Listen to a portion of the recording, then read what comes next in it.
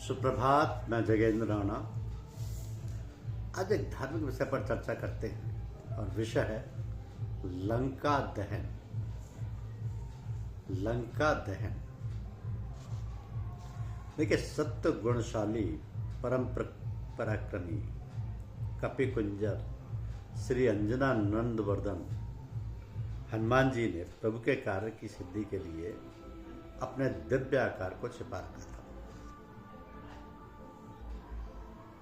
लंकाधिपति रावण का आदेश पाते ही मूढ़ राक्षस घृत और तेल में डुबा डुबा कर चिथड़े और वस्त्र उनकी पूंछ पर लपेटने लगे। परम कौतुकी पवनात्मज ने अपनी पूंछ लंबी कर दी। दुष्ट दशानन के आज्ञा पालक असुर हनुमान जी की पूंछ में जितने ही वस्त्र लपेटते वो उतनी लंबी होती जाती। तो कपि की इस क्रीड़ा में से लंका में वस्त्र एवं तेल घृत का अभाव होने लगा। पर असुर कब मानने वाले थे? उक्त राक्षसपुरी में जहां से जितना वस्त्र तेल और घृत प्राप्त हुआ सब एकत्र कर लिए गया। वस्त्र को पूंछ में अच्छी प्रकार लपेटकर उसे दृढ़ रज्जु से बांध दिया गया और फिर असुरों ने उसे अच्छी प्रकार भिगो देने से बचे कुचे तेल और घी को भी उस ऊपर से उड़ेल दिया। अब दृढ़ रज्जु में जकड़े हुए कपि कुंजर हनुमान जी यानी श्री केसरी किशोर को राक्षस पकड़कर प्रसन्नतापूर्वक ले चले। वह शंख और भेरी बजा बजा कर उसके अपराधों की घोषणा करते हुए उन्हें गली गली घुमाने लगे। तो राक्षस और उनके बच्चे शत्रुमर्दन श्री हनुमान जी के पीछे पीछे ताली बजाते, उन्हें गाली बकते, घूसा मारते, उनके बाल नोचते तथा उन पर कंकड़ पत्थर फेंकते हुए चल रहे थे। किंतु परम बुद्धिमान हनुमान जी अपने प्रभु के कार्य सिद्धि के लिए मन में तनिक भी दुख न मानकर सब कुछ प्रसन्नतापूर्वक सह रहे थे।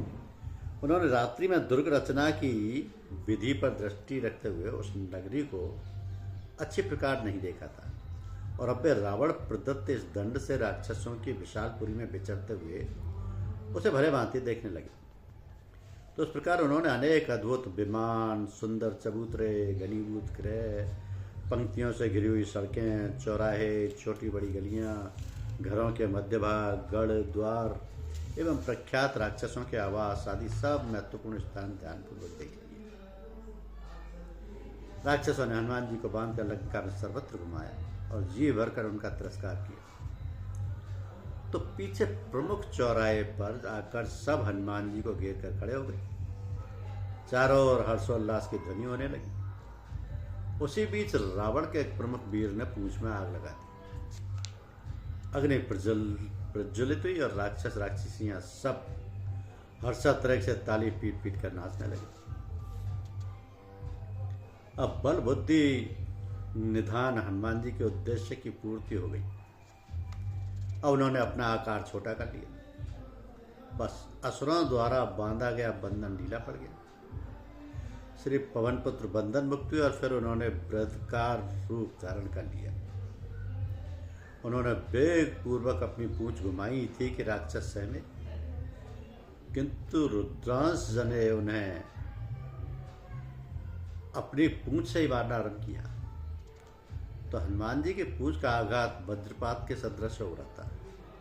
बालक, युवा एवं वृद्ध राक्षस नर नारी भयभीत होकर भागने लगे, किंतु वे जहां कहीं भी भागते पूंछ वहीं उन्हें काल सर्प की भांति लपेट लेते। अग्नि की ज्वाला में छटपटाते हुए असुर पृथ्वी पर जोर से पटके जाते, तड़पने भी नहीं पाते, तुरंत मर जाते। इस प्रकार वहां एकत्रित समस्त असुरों का वध कर हनुमान जी लंका की एक अत्यंत विशाल गगनचुंबी अट्टालिका पर चढ़ गए। तो जिस समय पवन नंदन हनुमान जी की पूंछ में आग लगाई जा रही थी, उसी समय एक भयानक राक्षसी ने दौड़कर माता जानकी से कहा कि सीते, तुम जिस बंदर से बात कर रही थी उसे बांधकर उसकी पूंछ में आग लगा दी गई है। उसे अत्यंत अपमान के साथ लंका की गलियों में घुमाया गया। माता जानकी से ऐसा कहाँ उठी। उन्होंने दृष्टि उठाकर देखा, विशाल लंकापुरी में अग्नि की प्रचंड ज्वाला फैली हुई है। उन्होंने अत्यंत व्याकुल होकर अग्निदेव से प्रार्थना की, अग्निदेव, यदि मैं अपने प्राणनाथ पतिदेव की शुद्ध सेविका हूँ और यदि मुझ में तपस्या तथा पतिव्रता का फल है तो तुम पवन पुत्र हनुमान के लिए शीतल हो जाओ। तो एक तो पतिव्रत की ही अमित शक्ति, पतिव्रता देवी इच्छा होने पर संपूर्ण सृष्टि को उलट कर सकती है। दूसरा, निखिल सृष्टि की स्वामी जगत जननी मूल प्रकृति स्वयं शक्ति की प्रार्थना। तो तीखी लपटों वाले अग्निदेव श्री हनुमान के लिए शांत भाव से जलने लगे। उनकी शिखा प्रदक्षिणा भाव से उठने लगी। स्वयं हनुमान जी चकित होकर सोचने लगे, अरे अग्नि तो प्रज्वलित है, इसके स्पर्श से विशाल अट्टालिकाएं धाएं धाएं जल रही है, किंतु मैं बिल्कुल सुरक्षित हूँ। निश्चय ही माता सीता की दया, मेरे परम प्रभु के तेज तथा मेरे पिता की मैत्री के प्रभाव से अग्निदेव मेरे लिए शीतल बन गए हैं।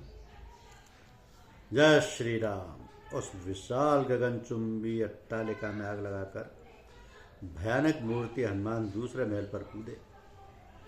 उस समय उनकी भीषण गर्जना से आकाश विदीर्ण हो रहा था। उस गर्जन मात्र से कितने ही असुरों का प्राणांत हो गया। तो राक्षस पत्नियों के गर्भ गिर गए और बड़े बड़े वीर राक्षसों का हृदय कांप उठा। जय श्री सीताराम। रावण के महान दुर्ग का ध्वंस करते हुए मैनाक बंदित महान वेगशाली कपीश्वर उछलकर प्रहस्त के महल पर पहुंच गए और उसमें आग लगाकर महापार्श्व के घर में आग लगाते हुए श्री रामदूत ने क्रम से वज्रदृष्ट, शुक्र, बुद्धिमान सारण, इंद्रविजयी, मेघनाथ, जाम्बुमाली और सुमाली के महलों को फूंक दिया। उस समय अग्नि की भयानक लपटों में अरुण वर्ण श्री मारुतात्मक प्रत्यक्ष काल की मूर्ति प्रतीत हो रहे थे। तो अत्यंत भयभीत असुर उनकी ओर देखने का साहस भी नहीं कर पा रहे थे।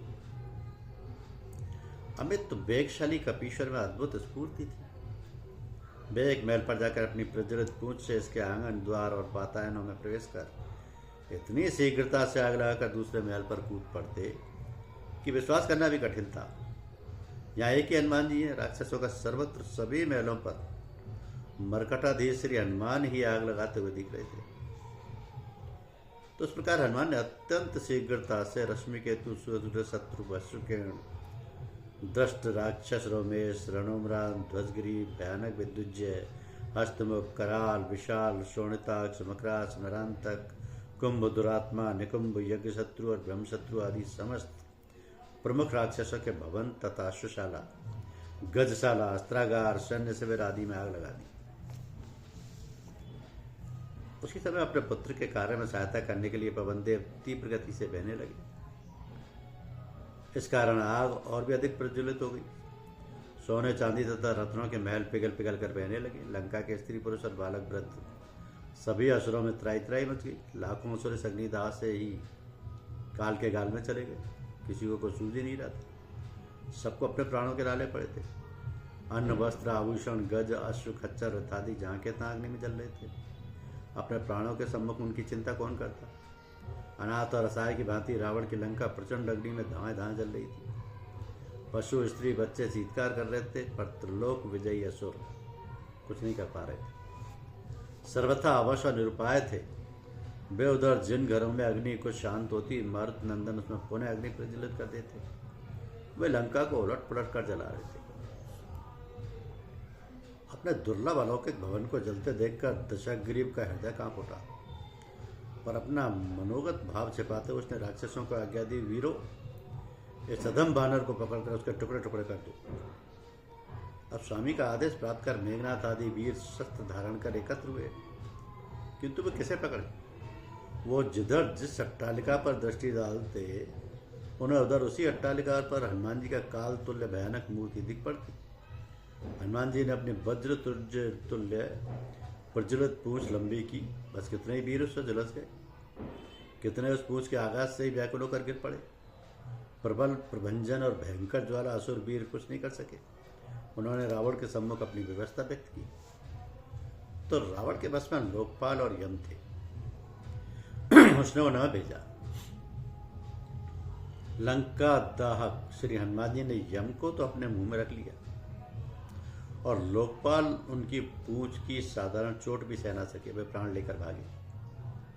तो यम की अनुपस्थिति में सृष्टि का कार्य स्थगित हो गया। प्राणियों की मृत्यु कैसे हो। देवताओं सहित हंसारों चतुर्मुख ब्रह्मा ने आकाश से कालमूर्ति श्री हनुमान की वंदना की। मंगल मोद निधान हनुमान जी ने यम को छोड़ दिया। यम ने मन ही मन संकल्प किया कि अब मैं प्रभु भक्तों के समीप कभी नहीं जाऊंगा। तो अंत में रावण ने मेघों को वृष्टि के द्वारा अग्नि बुझा देने की आज्ञा दी। उमड़ते हुए सजल जलद लंका पर गिराए। घनघोर वर्षा होने लगी, किंतु उस वर्षा का हनुमान जी द्वारा लगाई गई आग पर उल्टा ही प्रभाव पड़ा। जल की बूंदें तप्त तेल और घृत की तरह प्रज्वलित अग्नि की और भी सहायता करने लगी। जैसे जैसे वर्षा होती आग उतनी तीव्र होती जाती थी। विचित्र दशा थी। बादल इधर तो अग्नि की लपेटों से जल जाते हैं और उधर उनके शरीर गिलानी से गले लग जाते हैं। सब मेघ शुष्क होकर सकचाकर पुकारने लगे। हम लोगों ने 12 सूर्य देखे, प्रलय की अग्नि देखी और कई बार शेष जी के मुख की ज्वाला भी देखी, परंतु कभी जल को घृत के समान हुआ नहीं सुना। यह महान आश्चर्य श्री केसी नंदन ने कर दिखलाया। मेघों के वचन सुनकर मंत्रीगण सर घुमाने लगे और रावण से बोले, यह सब ईश्वर की प्रतिकूलता का बेकार फल है। सोने की लंका धाए धाए जल रही थी। वहां के समस्त प्राणी चीत्कार कर रहे थे, पर उनकी रक्षा करने वाला कोई नहीं था। मंदोदरी आदि रानियां विरक्ति हुई चिल्ला रही थी कि हमने पहले ही 10 मुंह को मना किया था कि सती जानकी को उनके पति के यहाँ भेज दो, श्री राम से बैर मत करो, किंतु यह अहंकार के वश होकर हमारी एक नहीं सुनता था। अब उसका बल, उसकी सेना और उसका प्रताप कहाँ गया? कोने में चोर की तरह मुँह छुपा कर बैठा है। अब हमारी रक्षा कैसे हो? इसी प्रकार बालक, वृद्ध, स्त्री, पुरुष जो जहाँ थे वहीं बिलक रहे थे। उधर हाथी, घोड़े, रथ, पशु, पक्षी, वृक्ष तथा कितने ही राक्षसों सहित लंकापुरी दग्ध हो रही थी। वहां के निवासी दीन भाव से फूट फूट कर रो रहे थे। तो लंका को फूंकते हुए परम पराक्रमी हनुमान जी मन ही मन अपने परम प्रभु श्री रामचंद्र जी का स्मरण कर रहे थे। श्री मरकटाधीश के इस अद्भुत एवं अप्रतिम कार्य से सभी देवता, मुनिवर, गंधर्व, विद्याधर, नाग तथा संपूर्ण प्राणी अत्यंत प्रसन्न हुए। देवताओं ने श्री पवन पुत्र की स्तुति की। कहते हैं कि लंकाधिपति रावण ने सूर्यपुत्र शनिदेव को बंदी बना लिया था।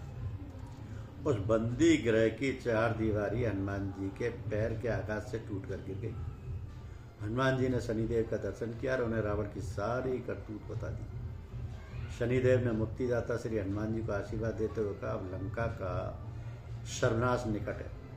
उन्होंने कनखी से लंका की ओर देखा और एक विभीषण का घर छोड़कर बची कुची लंका जलकर राख हो गई।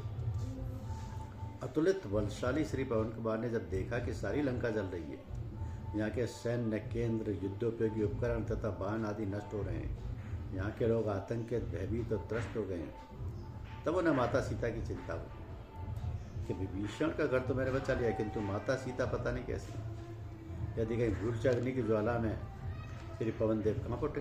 अत्यंत चिंतित हनुमान जी उछलकर समुद्र में कूद पड़े। पूंछ की आग बुझाकर वो पानी से निकल ही रहे थे कि चारणों के मुख से निकली शुभ वाणी सुनकर उनकी सारी चिंता दूर हो गई।